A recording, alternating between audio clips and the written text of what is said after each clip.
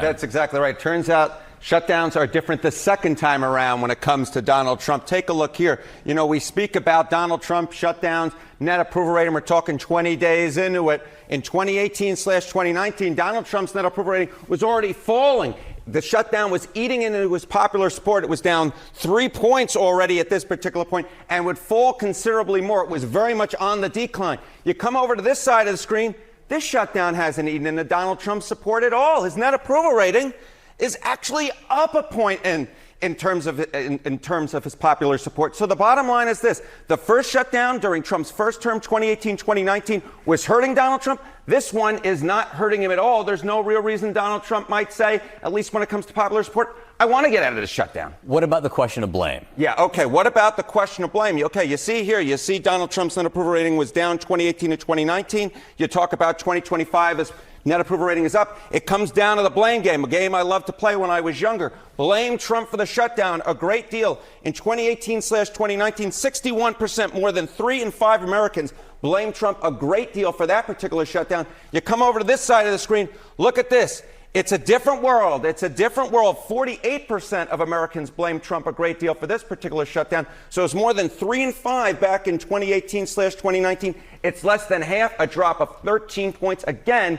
it's no real wonder that Donald Trump at this point, looking at the shutdown, says, you know what, it's not actually harming me politically, in large part because he's getting less of the blame. And he's doing things differently during this shutdown. Yes, exactly right. You know, we talk about Donald Trump and you say, okay, he wants to be a consequential, influential president. Well, if the legislative process is basically freezed up, you know, on Capitol Hill, you may say, well, then he can't actually get legislation through. But that's not how Trump is governing in this term. We've spoken about this over and over and over again. He's using his pen. He's using executive orders. Trump executive orders at this point of presidency. In 2017, it was just 50. Look at this. Already 210 executive orders signed by Donald Trump during this presidency. That is the most in a year. You have to go all the way back since Franklin Delano Roosevelt to find a president who signed more executive orders in a year than Donald Trump has already signed this time around. And remember, John Berman, we still have 2 months to go in this year, so it wouldn't be surprising to me if he signs even more. Yeah, it seems to be saying, Congress, you don't want to do something? I'll do it. I'll do it. Harriet, thank you. So I want to bring in my good pal, Stephen Gardner, the host of the Stephen Gardner Show, who's on vacation, who's taking some time to talk with us tonight. Stephen, thanks so much for joining us. Oh, thank you. Thank you for inviting me on. So let's begin with some new poll numbers out of CNN. I think you're doing a great job. You know, I did a show one time, Stephen, where the background CNN was on, and I can't tell you how many people were hating on me. And I'm like, no, I watch them because I want to see how absurd they're talking. I want to see what they're talking about and make some fun of them. Why not? So 61% in 2019 blamed President Trump, 3 in 5. We're now at 48% who are blaming President Trump for this. So less than half the folks. What are we to make of this? Well, I believe we're going on day 20 of this shutdown. There's been 10 votes. The Democrats have voted against opening the government 10 times. Then they immediately run to the mainstream media and say, you see, Donald Trump won't reopen the government. But the American people see through it. At least, 52% are saying, actually, I don't think that this is Donald Trump. I think that this might be the Democrats that want money for illegal immigrants to get free health care. They are trying desperately to cover up the fact that Barack Obama's only legacy, the Affordable Care Act, is extremely unaffordable. Yeah. It's made health care extremely expensive for every American. It's a forced tax. We need the free markets to be working to bring down the cost, not the government. So I think that this lays at the feet of the Democrat Party. Yeah, it does. You mentioned healthcare. I tell the audience here all the time, and I don't say it braggadociously. I say it enviously. I pay $900 a month, Stephen, more than $900 a month. It's closer to $1,000 for healthcare. I mean, I'm like a healthy person who goes to the doctor maybe once a year, and I pay $900 just in the rare case, God forbid, something happens to me if I get hurt or whatever. I mean, that's crazy that anyone in America should be burdened with something like that. It's scary to me to think that I'm not the only one. Yeah, I mean, imagine me. I've got a family of 5. We're looking at over $2,500 a month. without the Obama piece of crap care. They're threatening to raise upwards of over $4,000 a month. Like, I could buy a freaking Ferrari for $4,000 a month, not crappy American health care. We've got the sickest people on the planet, the most expensive health care on the planet. I mean, what we're all living through right now is a broken system. And the Republicans have done an excellent job of exposing Obama's biggest mistake, his legacy. At the same time, the American people, they're just not buying it. You can't vote to keep the government shut and then go on national television and say it's the other guy's fault. Americans are too smart. We have too many high IQ people in this country. Yeah, and you look at what we get for our tax dollars, Stephen, and I ask myself this every day living in New York. You luckily live out on the West Coast in a less liberal state. But now I'm mulling, in the next year or so, moving out of New York to a tax-free state and to a state where, you get more freedom. But I still ask myself, what do we really get for our tax dollars? I mean, you can't even say it's Social Security because we pay into that completely separately. You can't say it's Medicaid because we pay into that separately. What do we really even get for our tax dollars? You see crime throughout mostly big blue cities up through the roof. You see streets, at least in New York, undrivable for most cars. What do we get? The worst roads, worst airports, the worst air traffic control system in the world. What are we getting for our money here in America? Good question. When I was reporting on the Obama years, or excuse me, the Biden years, they're the same. When I was reporting on the Biden years, they passed over $1 trillion in the infrastructure bill. Where did that $1 trillion go? Because nothing's gotten better. Yeah. We're waiting on bridge repair, railroad repair, airport repair. I mean, it's a really broken system. So you ask, what do we get for our money? Well, as the great Ronald Reagan said, government is not the solution. Government is the problem. This is why Republicans are fighting tooth and nail right now to hold back Democrats that are saying, we have to prove to the American people that the government can solve their problems. You create my problems. You don't solve my problems. But Democrats don't think like that. They literally have been brainwashed into believing, 50 murders a weekend in Chicago, that's normal. Yeah. 50 murders in Memphis, Tennessee each weekend, that's normal. Give me a break. This is disgusting. And now you've got President Trump going in. He's cleaning up the crime. They're actually getting projects up and ready. They're making tremendous gains on shutting down these wars that are just abusive to the American taxpayer. Thousands of lives lost every single week. So I guess when it comes to Trump, we are getting more. I would like to see more, but I was in Huntington Beach for the No Kings rally, and you had all of these old white people, flashing signs. Where's the Epstein files? Well, a third attorney just came forward in the last 24 hours and said, Donald Trump is not connected to Jeffrey Epstein. Yeah. You had signs of them saying, we put a rapist in the office. We put a charlatan in the office. I mean, these people are absolutely brainwashed. But Bill Clinton's not in office anymore. No, yeah. So, yeah, that was a good one. So, anyway, it was crazy to see, the people, they're out there honking and waving their signs. And you know what?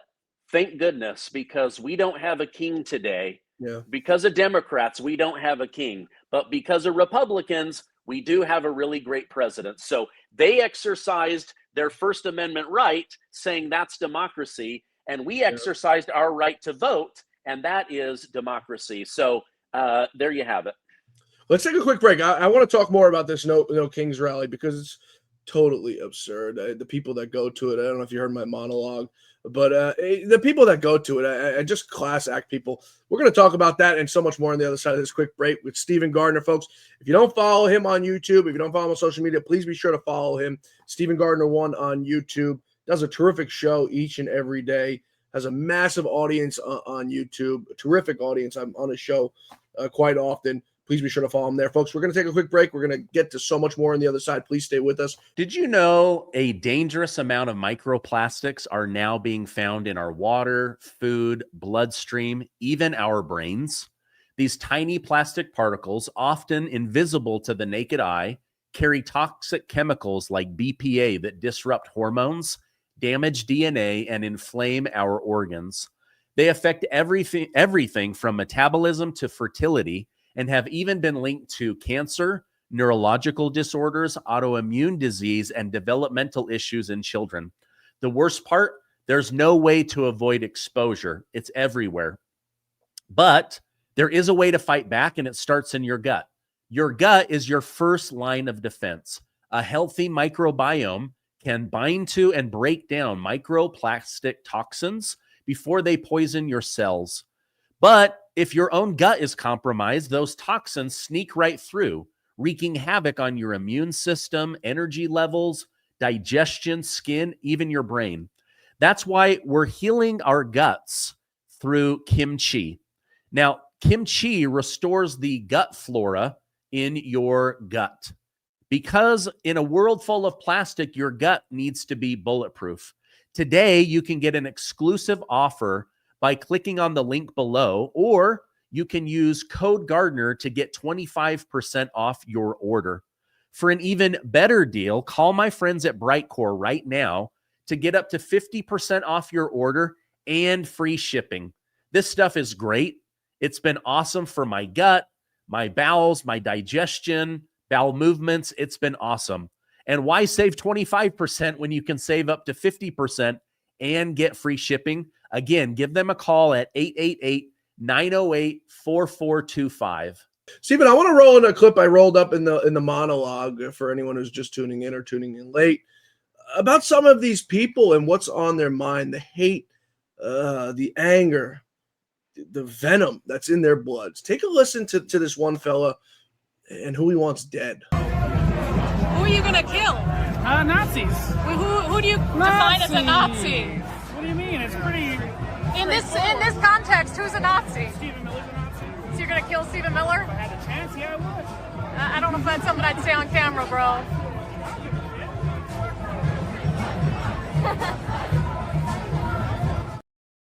Freaks, there's no other way, there's no nice way to put it. And that, watching him say that with a smirk after we watched Donald Trump almost be assassinated twice makes my blood boil.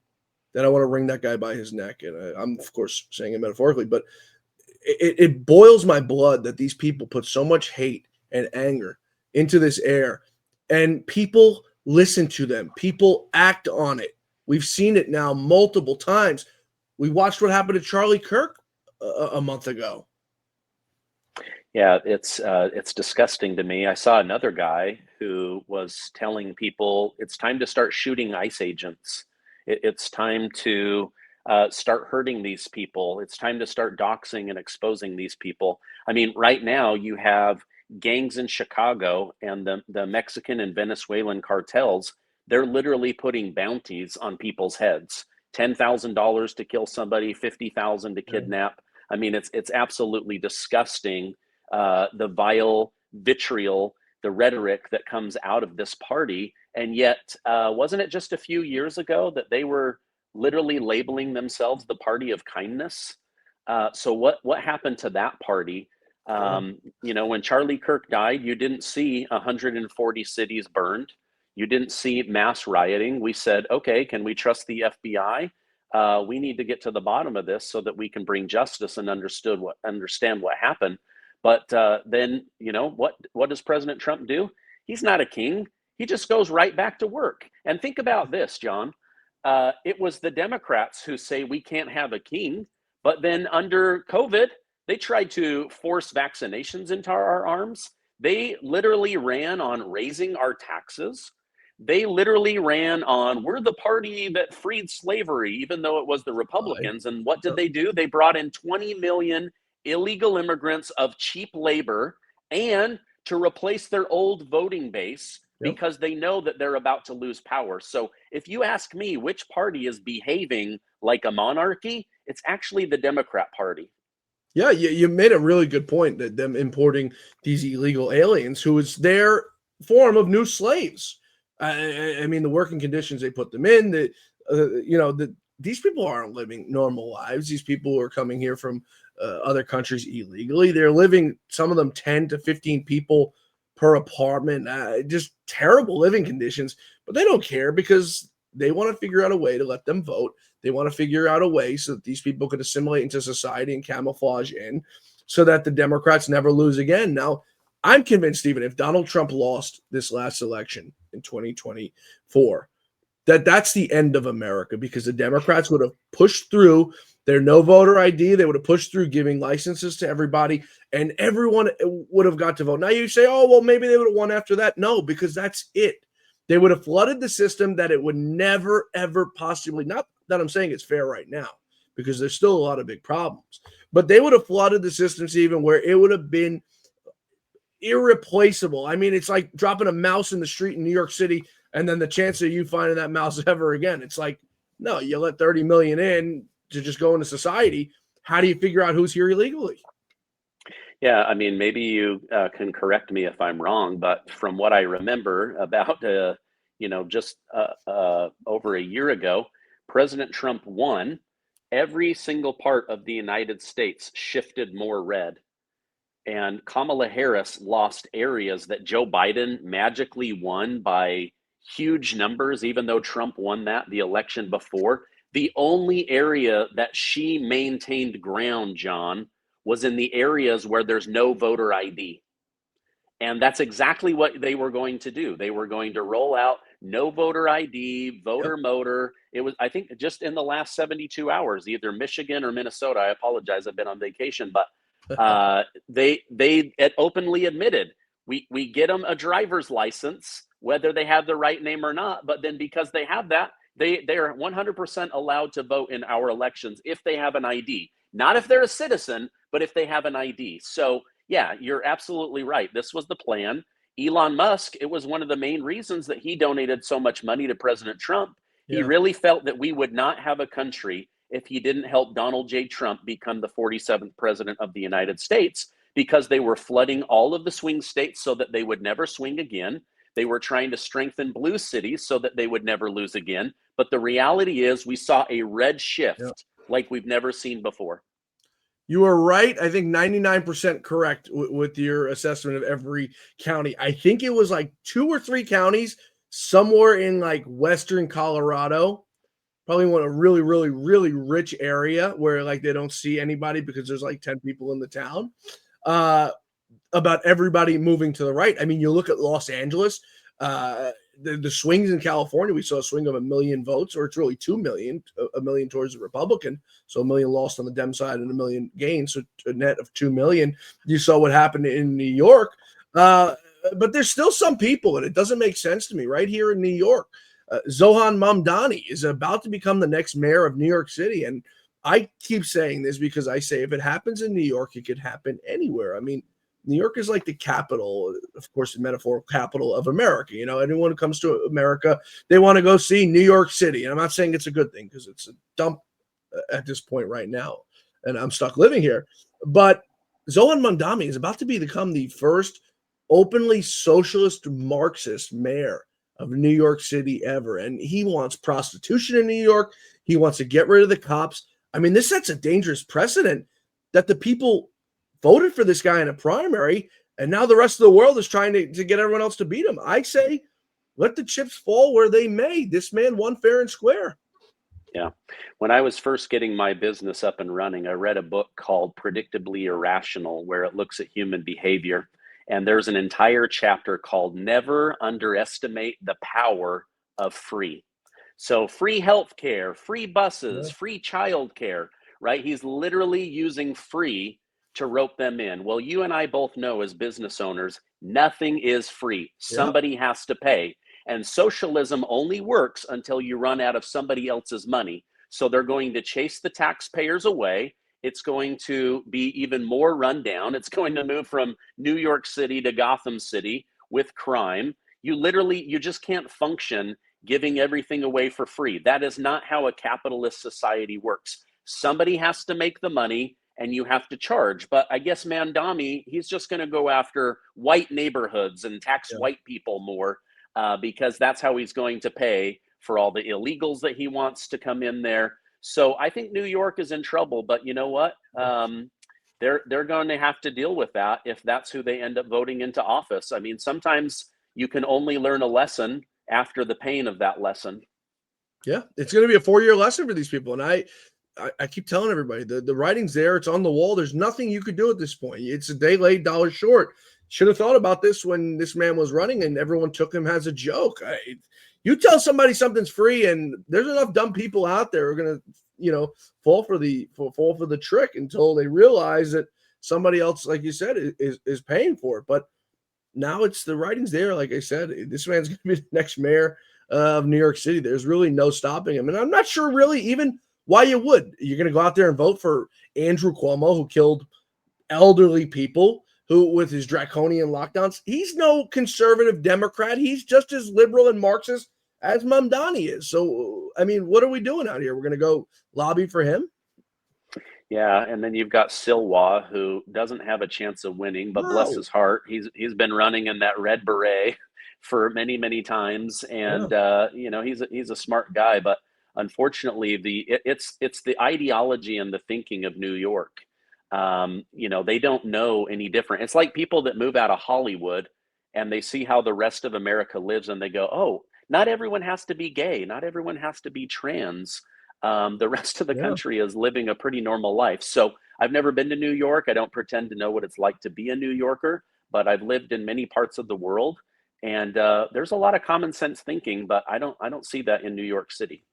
We're gonna have to get you out here one day soon, so we can show you around and take you to some of the. We do have some of the best restaurants in the world, but yes, you do. I'm not much sure how much longer they're going to be there when they can't deal with when they have to deal with the burden of Mamdani. Before we wrap up, I want to get to, like I said, President Trump. Nothing really stops him. Nothing really slows him down. The man is just happy. Like 99% of the time, the guy's happy. And he was in a cabinet meeting today with the Prime Minister of Australia, and someone blurted out to him that one of the ambassadors in the room from Australia had said some mean things about him. Now, anyone who knows President Trump, he doesn't like when someone says something mean about him. Let's take a listen to it. Even things the ambassador said about you in the past, the Australian ambassador? I don't know anything about him. I mean, if he said bad, then maybe he'll like to apologize. I really don't know.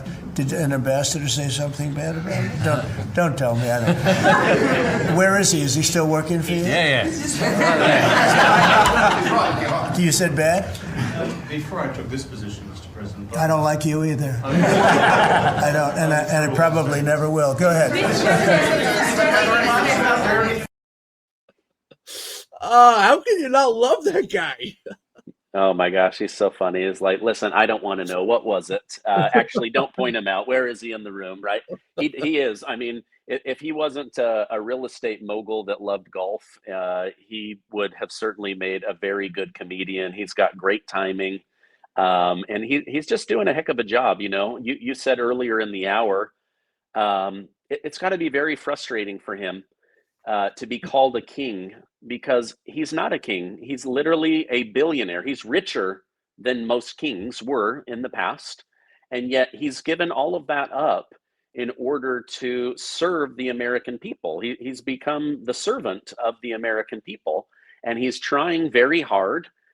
He's having to deal with foreign governments that don't want to, play ball, and others that, they sign a deal and then they back out or whatever. And so it's very difficult. Although I will say, he seems to keep looking younger and younger. Yeah. And that's the only president that I've ever seen that got happier and more jovial and healthy looking. It's just very bizarre.